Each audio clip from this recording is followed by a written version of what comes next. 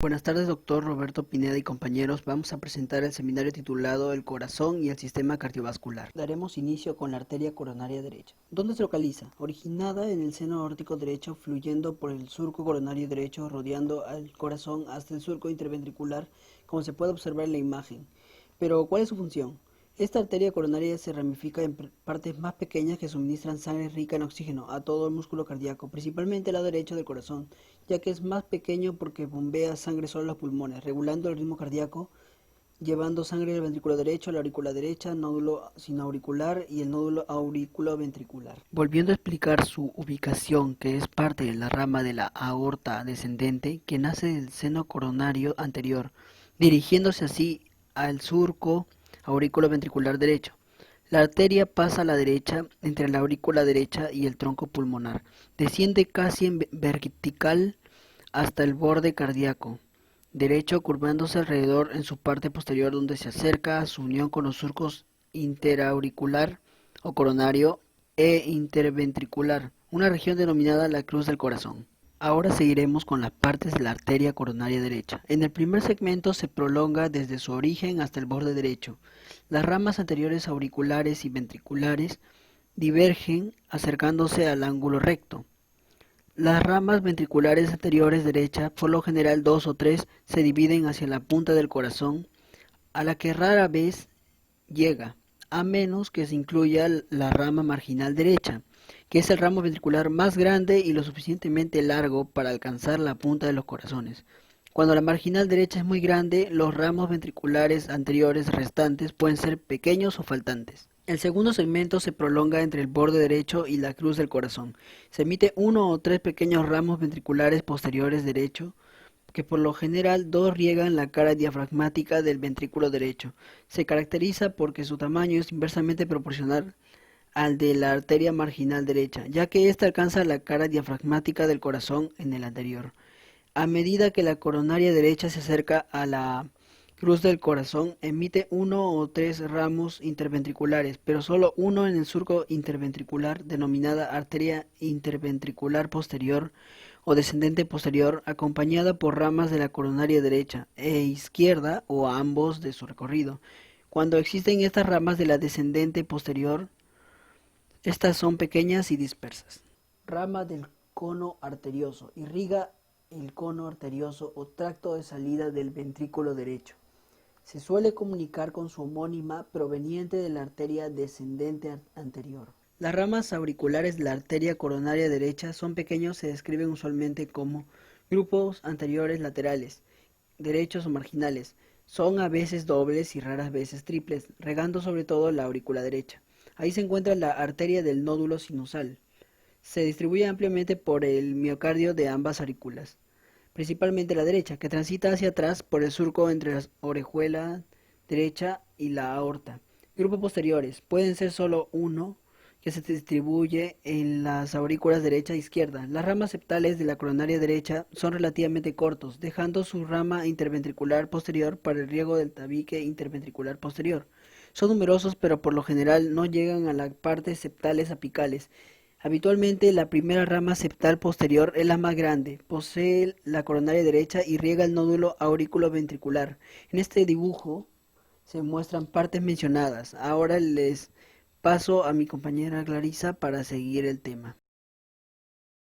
Arteria coronaria izquierda. Los vasos sanguíneos del corazón comprenden las arterias coronarias y las venas cardíacas. Las arterias coronarias, las primeras ramas de la aorta, irrigan el miocardio y el epicardio. Las arterias coronarias irrigan tanto los atrios así como a los ventrículos. La arteria coronaria principal izquierda suministra sangre al lado izquierdo del músculo cardíaco, que comprende el ventrículo izquierdo y la aurícula izquierda. La arteria coronaria izquierda se origina en el seno aórtico izquierdo de la aorta ascendente. Pasa entre la orejuela izquierda y el lado izquierdo del tronco pulmonar y pasa por el surco coronario. En un 40% de las personas, aproximadamente, la rama del nodo sinoatrial se origina en la rama circunfleja de la arteria coronaria izquierda y asciende por la cara posterior del atrio izquierdo hacia hacia el nodo sinoatrial. La arteria coronaria izquierda irriga los 2/3 anteriores del tabique interventricular, incluido el fascículo atrioventricular del tejido de conducción, también la pared anterior del ventrículo derecho y la pared externa del ventrículo izquierdo, a excepción de la cara diafragmática. Cuando entra en el surco coronario en el extremo superior del cuarto surco anterior, la arteria coronaria izquierda se divide en dos ramas, la rama interventricular anterior y la rama circunfleja.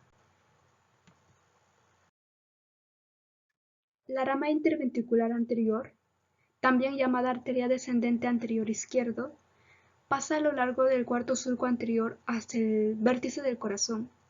Allí gira alrededor del borde inferior del corazón y generalmente se anastomosa con la cuarta rama posterior de la arteria coronaria derecha.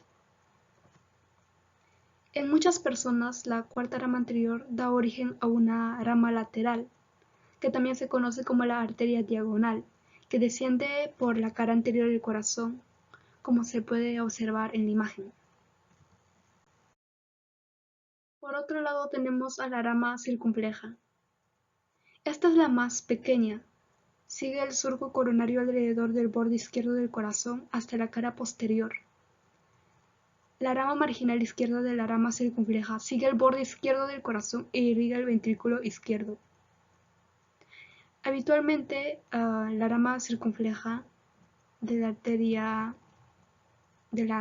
coronaria izquierda termina en el surco coronario, que es en la cara posterior del corazón. Dado que las arterias coronarias llevan sangre al músculo cardíaco, cualquier enfermedad de las arterias coronarias puede traer graves complicaciones al reducir el flujo de oxígeno y nutrientes al músculo cardíaco. Por ejemplo, la arteriosclerosis es una afección en la cual la placa se acumula dentro de las arterias.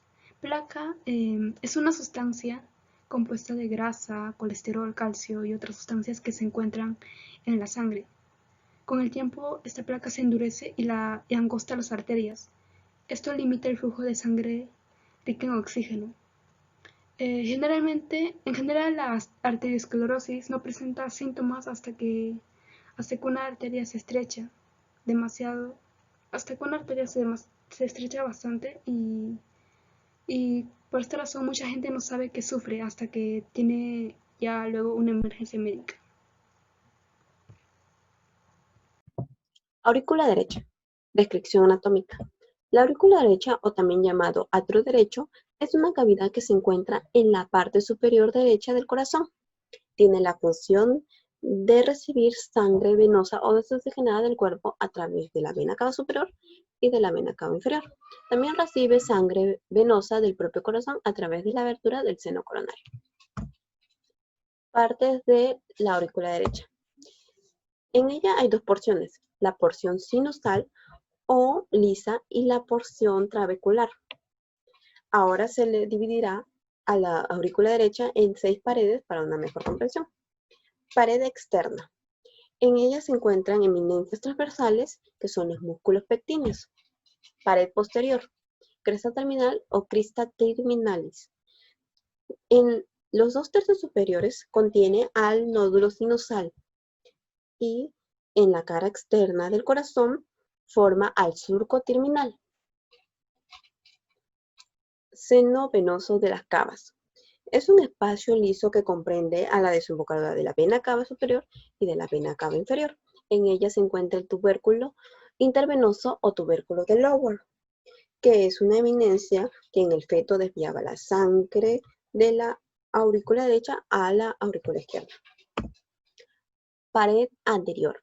Orificio auriculoventricular. En ella se encuentra la válvula tricúspide, que comunica a la aurícula derecha con el ventrículo derecho. Pared interna. Tabique interauricular o septum interauricular. Es una estructura que separa la aurícula derecha de la aurícula izquierda. En la cara exterior del corazón es la que forma al surco interauricular. Fosa oval. Es un vestigio embrionario que en el feto era un orificio que comunicaba a la aurícula derecha con la izquierda y que se cierra en los primeros días del nacimiento. Es rodeada por el limbo de la fosa oval o el anillo de Biossens. Pared inferior. En ella se encuentra el orificio de desembocadura de la vena cava inferior, que está recubierta por la válvula de Eustaquio. Orificio de desembocadura del seno coronario. Está recubierto por la válvula de Tevesio. Pared superior. En ella se encuentra el orificio de desembocadura de la vena cava superior y la entrada de la orihuela derecha, que es una pequeña bolsa muscular cónica. Aquí hay una vista desde el exterior. Ahora se mencionarán algunas estructuras. El tendón de todario. Repliegue endocárdico, que es la unión de la válvula de Eustaquio y la válvula de Tevesio al nivel del septum interauricular. Triángulo de Koch. El triángulo de Koch está limitado por el tendón de todario, la válvula de Tevesio y la válvula tricúspide. Y es importante porque contiene al nódulo auriculoventricular o nodo de Achof-Tawara, que es formado por células cardíacas especializadas en la formación y la conducción de impulsos eléctricos cardíacos. Mi nombre es Kevin Gaborona Victoria Elter y voy a exponer sobre la aurícula izquierda. En la primera imagen se observa la ubicación de la aurícula izquierda en el corazón. En la segunda se puede ver a la sístole y diástole en acción, además de la válvula mitral, que es una parte fundamental de la aurícula izquierda. Descripción anatómica. La aurícula izquierda es una cavidad con eje mayor transversal. Está situada a la ala izquierda y por detrás de la aurícula derecha, de la que separa el tabique interauricular.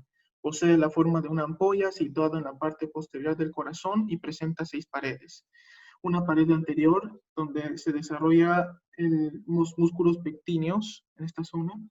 Una pared posterior a la altura de la depresión producida por el esófago, donde se encuentran los orificios de las 4 venas pulmonares.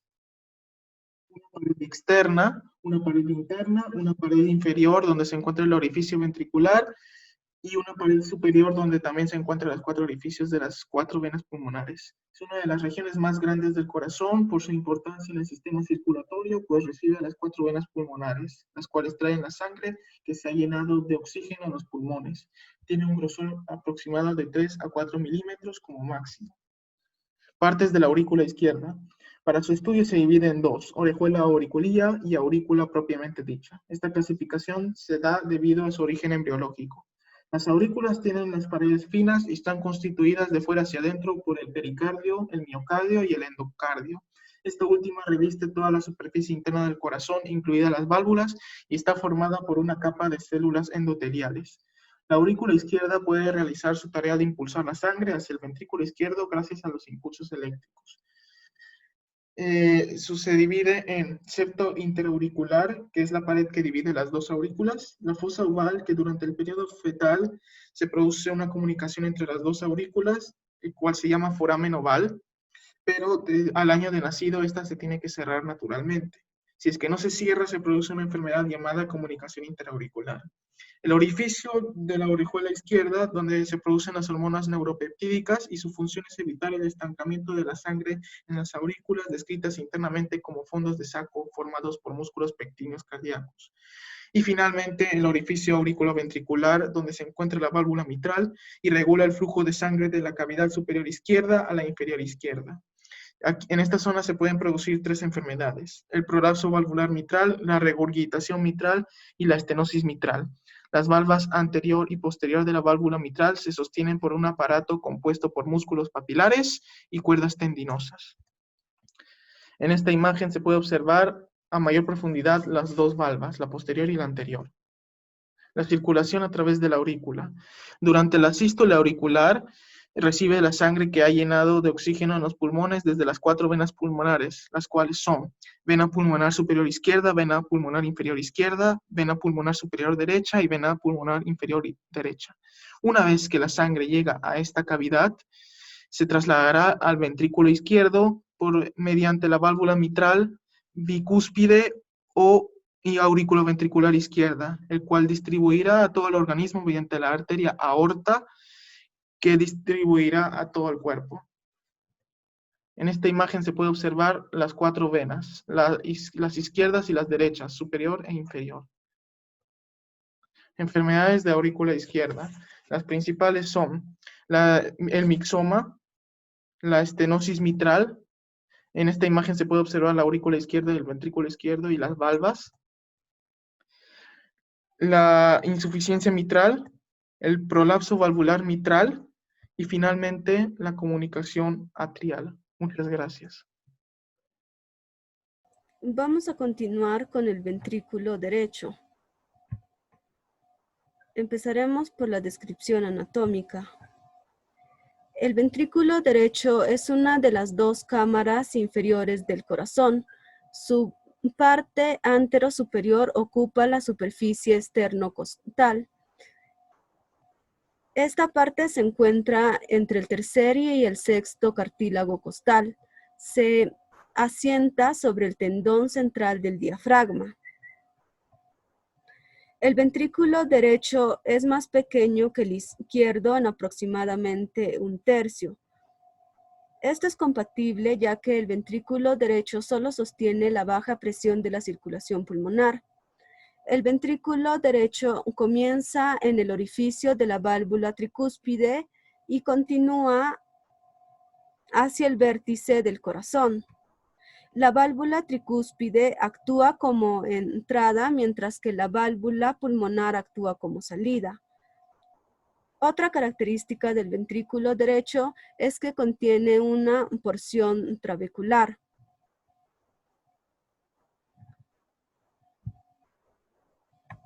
Continuaremos con las partes del ventrículo derecho. Estructuralmente, el ventrículo derecho se puede subdividir en una porción sinusal, una parte trabecular y un infundíbulo. La porción sinusal es el tracto de entrada del ventrículo derecho. Tiene una pared lisa y un borde superior formado por el anillo de la válvula tricúspide. En cuanto a la porción trabecular, abarca desde el área central a la parte apical del ventrículo derecho y está marcado por numerosas crestas elevadas llamadas trabéculas carnosas. El infundíbulo o cono arterial constituye el tracto de salida del ventrículo derecho. Es liso y sostiene los componentes de la válvula pulmonar. El infundíbulo está formado por el tabique infundibular y por el tabique membranoso. El tabique infundibular incluye la banda septal, la banda parietal y la banda moderadora, mientras que el tabique membranoso es un área pequeña, translúcida, pero que tiene una gran significancia, ya que sobre esta porción se ubica el anillo tricúspide. Continuaremos con la válvula tricúspide. Esta válvula está situada entre la aurícula derecha y el ventrículo derecho, y como sugiere su nombre, tiene 3 cúspides que se apoyan en las márgenes del anillo fibroso. Estas cúspides son la cúspide anterior, septal y posterior. Estas valvas son proyecciones carnosas que ocluyen el orificio de la válvula, evitando el flujo retrógrado de la sangre del ventrículo a la aurícula derecha. Las cuerdas tendinosas unen las cúspides a los músculos papilares que están involucrados en la actividad mecánica de la válvula. Hay 3 músculos papilares que son anterior, septal y posterior. El músculo papilar anterior es el más grande, mientras que el músculo papilar septal es el más pequeño. El ventrículo izquierdo. El ventrículo izquierdo es una de las 2 cámaras inferiores del corazón. Es responsable de bombear sangre oxigenada a la aorta. El ventrículo izquierdo es de forma larga y cónica, de modo que el corte transversal revela un contorno casi circular. La posición anterior del ventrículo izquierdo forma una parte pequeña de la cara anterocostal y una parte considerable de la cara diafragmática del corazón. La sangre oxigenada pasa de la aurícula izquierda al ventrículo izquierdo a través de la válvula mitral, bivalva. La válvula mitral bicúspide y la tricúspide, o valvas atrioventriculares, están unidas en músculos papilares en las paredes ventriculares por puertas fibrosas conocidas como cuerdas tendinosas. Las cuerdas tendinosas impiden que las válvulas atrioventriculares colapsen hacia las aurículas cuando se cierran. Las partes inferiores de los ventrículos, cada rama de haz se diferencia en numerosas hebras que finalizan en los músculos papilares y los músculos ventriculares. La rama izquierda se divide en 3 fascículos principales: anterior, posterior y medio. Los fascículos anteriores y posteriores se dirigen a los músculos papilares. El fascículo medio se extiende a la región medio-septal. La mayor parte de la rama de haz están formadas por fibras algo fusiformes. Las ramas del haz son estructuras del sistema de conducción del corazón. Son haces de fibras musculares especializadas que transportan los impulsos eléctricos que controlan el ciclo cardíaco. La vía del impulso eléctrico se divide hacia cada ventrículo. La válvula semilunar aórtica es una de las 4 válvulas cardíacas. Regula y soporta el flujo unidireccional de la sangre, desde el ventrículo izquierdo hacia la aorta. La apertura y cierre de la válvula semilunar aórtica, como resultado de la presión sanguínea variable, contribuye al ciclo cardíaco del sistema cardiovascular. La válvula semilunar aórtica, en la abertura donde el ventrículo izquierdo del corazón se encuentra con la aorta. La válvula es tricúspide. Está formada por grupo de 3 valvas, que son pliegues membranosos, de forma semilunar, que se abren y cierran durante el ciclo cardíaco. Las valvas semilunares anteriores, izquierda y derecha, y la valva semilunar posterior, las valvas de la válvula semilunar aórtica, son más grandes, gruesas y fuertes que las válvulas semilunares pulmonares durante la sístole.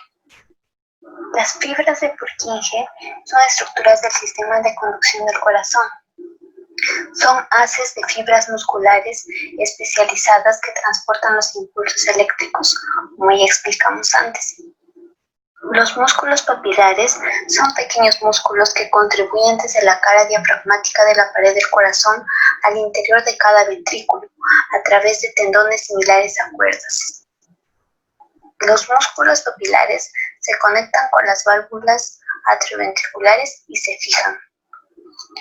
Algunas estructuras importantes del interior del corazón incluyen el infundíbulo, un saco cónico formado por la porción superior e izquierda del ventrículo derecho que da origen al tronco pulmonar, y el tabique interventricular, que es una pared gruesa y muscular que separa los ventrículos. Inicio de los grandes vasos. Los grandes vasos son arterias y venas que entran y salen directamente del corazón, además de estar involucradas con la circulación sanguínea. Se tiene una vista anterior y posterior del corazón en la cual se puede identificar los grandes vasos, la aorta, la vena cava superior e inferior, el tronco pulmonar y las venas pulmonares. El primer gran vaso, la aorta, es la arteria más grande del cuerpo, se origina en el ventrículo izquierdo y presenta un calibre promedio de 3 centímetros. Este calibre puede variar durante el recorrido de sus 3 segmentos. El primer segmento, la aorta ascendente, se extiende hacia arriba una corta distancia, desde la válvula aórtica hasta el seno aórtico. La primera dilatación que presenta este segmento tiene 3 valvas o pliegues membranosos. 2 orificios anteriores que dan origen a las primeras ramas, las arterias coronarias derecha e izquierda, que se ramifican e ingresan al miocardio para irrigarla. La válvula aórtica se localiza en la abertura donde el ventrículo izquierdo del corazón se conecta con la aorta. Su función es regular y soportar el flujo unidireccional de la sangre que va desde el ventrículo izquierdo hacia la aorta. Otro gran vaso es el tronco pulmonar. Es un vaso ancho y corto, tiene una longitud de 5 centímetros y un diámetro de 3 centímetros. Nace del ventrículo derecho, pasa delante de la aorta ascendente, se extiende hacia arriba y hacia atrás para bifurcarse en 2 grandes ramas, la arteria pulmonar izquierda y la arteria pulmonar derecha. También presenta su válvula pulmonar, la cual está formada por 3 valvas semilunares pulmonares, una anterior, una posterior derecha y una posterior izquierda.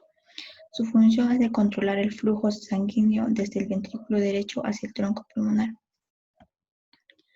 La vena cava superior tiene una longitud de 5 a 7 centímetros y un calibre aproximado de 3 centímetros. Recibe la sangre de la cabeza, cuello, miembros superiores y tórax.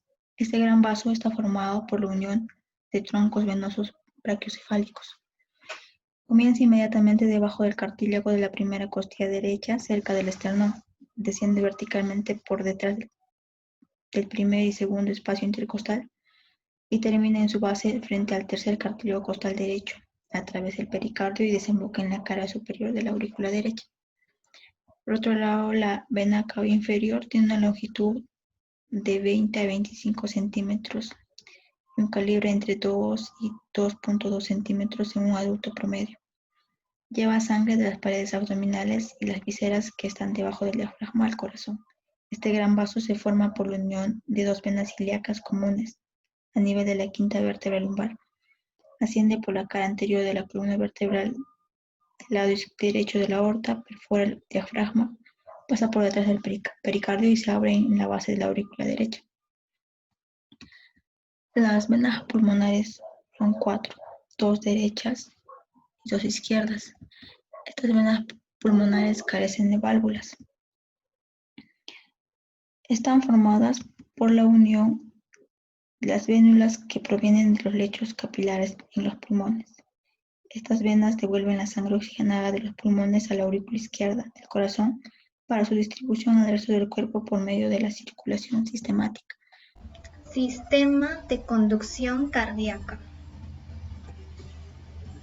El sistema de conducción cardíaco está formado por nódulos y redes de células musculares cardíacas especializadas. Tiene como función iniciar y coordinar la contracción de la musculatura de las aurículas y los ventrículos.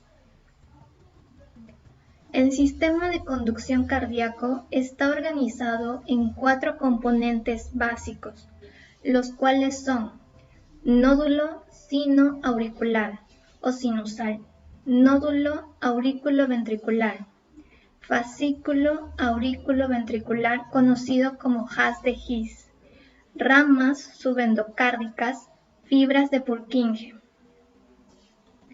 Los impulsos eléctricos inician en el nódulo sinusal, el cual actúa como marcapasos. Se encuentra por debajo del epicardio de la aurícula derecha, en el lugar donde se une a la vena cava superior. Cada impulso que se genera en el nódulo sinusal viaja velozmente atravesando las fibras musculares de ambas aurículas. Estimuladas de esta forma, las aurículas comienzan a contraerse.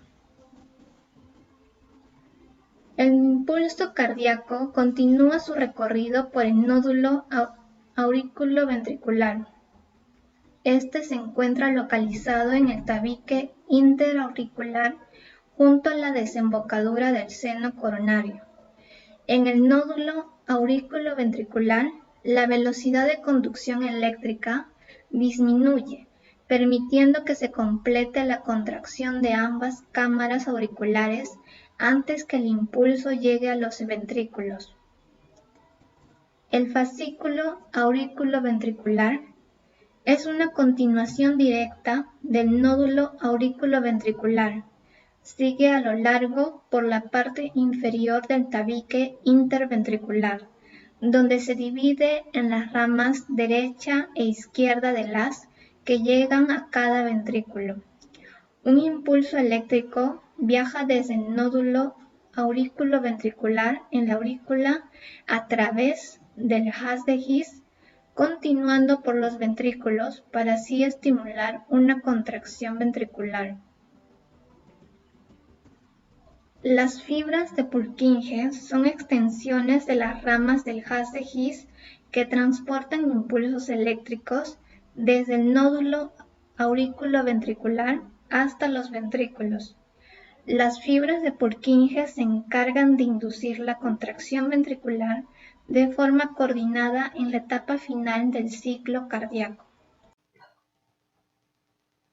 La vena cava superior.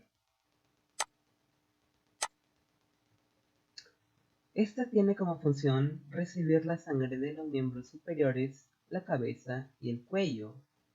Esta se origina por la unión de los troncos venosos branquiocefálicos derecho e izquierdo y desemboca en la cara superior de la aurícula derecha. En sus proporciones se nota que tiene una proporción superior extra-pericárdica y una proporción inferior intra-pericárdica. Las venas branquiocefálicas se originan de la vena yugular interna y la vena subclavia, que llegan a formar el ángulo yugulo-subclavio.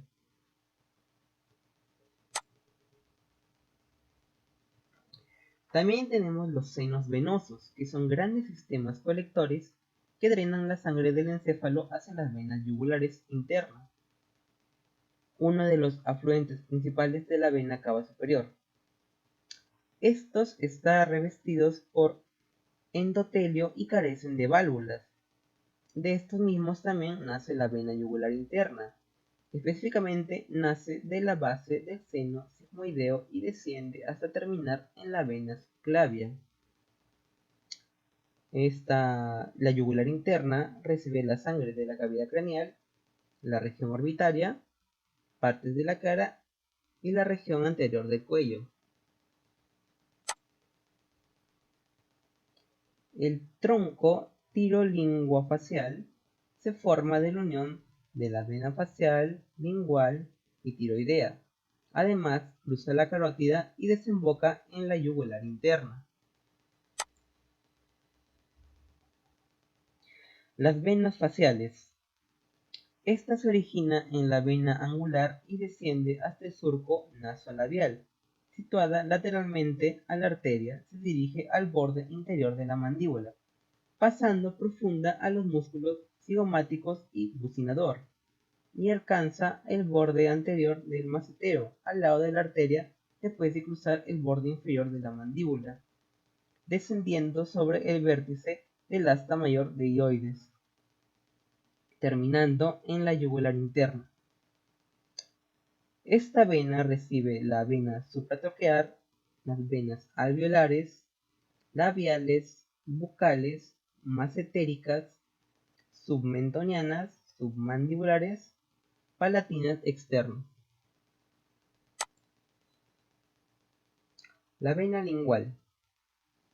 Esta vena la llegan a comprender tres subunidades: las profundas, que son las que acompañan a la arteria lingual; las dorsales, ubicadas al dorso de la lengua propiamente dicho, y las sublinguales, las cuales están ubicadas a los lados del frenillo lingual. Estas tres unidades llegan a formar la vena lingual, que puede desembocar directamente sobre la vena yugular o a través del tronco tiro-lingua-facial.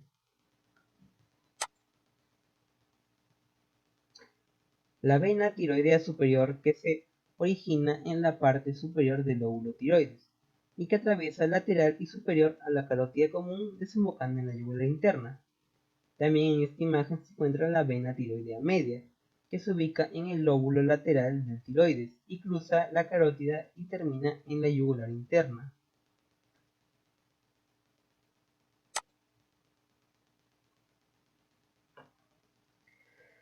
Las venas faríngeas se dirigen desde el plexo faríngeo en la cara posterior de la faringe hacia los lados y desembocan en la vena yugular interna, desde la amígdala palatina y a la pared lateral de la faringe.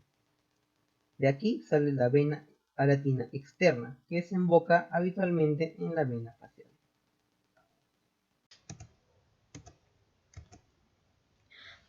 Vena cava inferior. La vena cava inferior es una vena de gran diámetro que se encuentra posterior a la cavidad abdominal y corre a lo largo del lado derecho de la columna vertebral.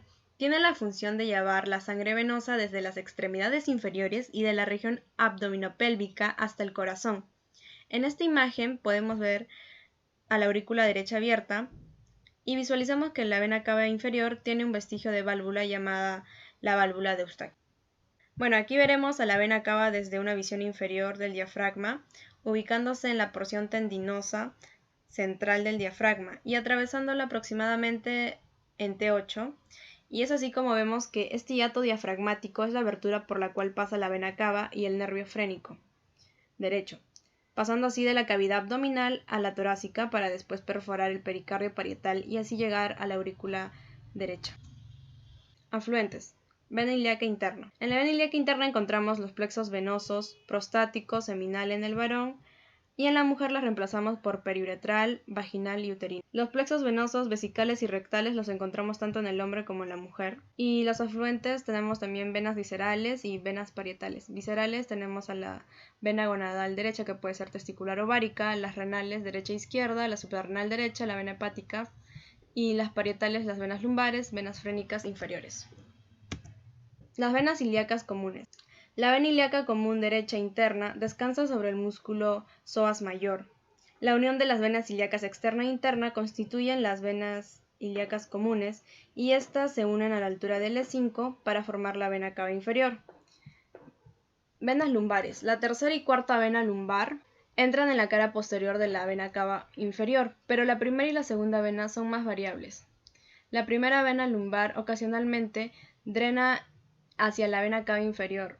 La segunda vena lumbar suele unirse a la vena cava inferior, pero a veces puede drenar hacia la tercera vena lumbar o a la vena lumbar ascendente. También podemos ver la vena sacra media, que lleva la sangre hacia la vena cava inferior. Venas diafragmáticas inferiores o frénicas. La del lado derecho desemboca en la vena cava inferior y la del lado izquierdo, a menudo representada por dos ramas, desemboca en la vena suprarrenal izquierda o la renal, como podemos ver en esta imagen. Las venas hepáticas. Existen tres venas hepáticas principales. La primera vena principal es la más larga y variable y se denomina vena hepática derecha. El hígado se puede dividir también en 9 segmentos y la vena hepática derecha drena en los segmentos 6 y 7, así como las partes de los segmentos 5 y 8, que entran en la vena cava inferior. Las venas hepáticas media e izquierda suelen drenar hacia la vena cava inferior por un tronco común. Venas renales. Son dos, derecha e izquierda. Esta última es la más larga, de 7.5 centímetros, y pasa debajo de la arteria mesentérica superior, como en esta imagen. Bueno, la vena suprarrenal derecha. Ambas venas salen de un surco anterior de la glándula suprarrenal y la derecha desemboca en la vena cava inferior a nivel de T12 y la izquierda en la vena renal. Las venas gonadal. La vena gonadal recibe la sangre de las gónadas y es diferente en el lado derecho e izquierdo, ya que en el lado derecho se dirige directamente hacia la vena cava inferior y en el lado izquierdo lo hace a través de la vena renal para luego ir a la vena cava inferior.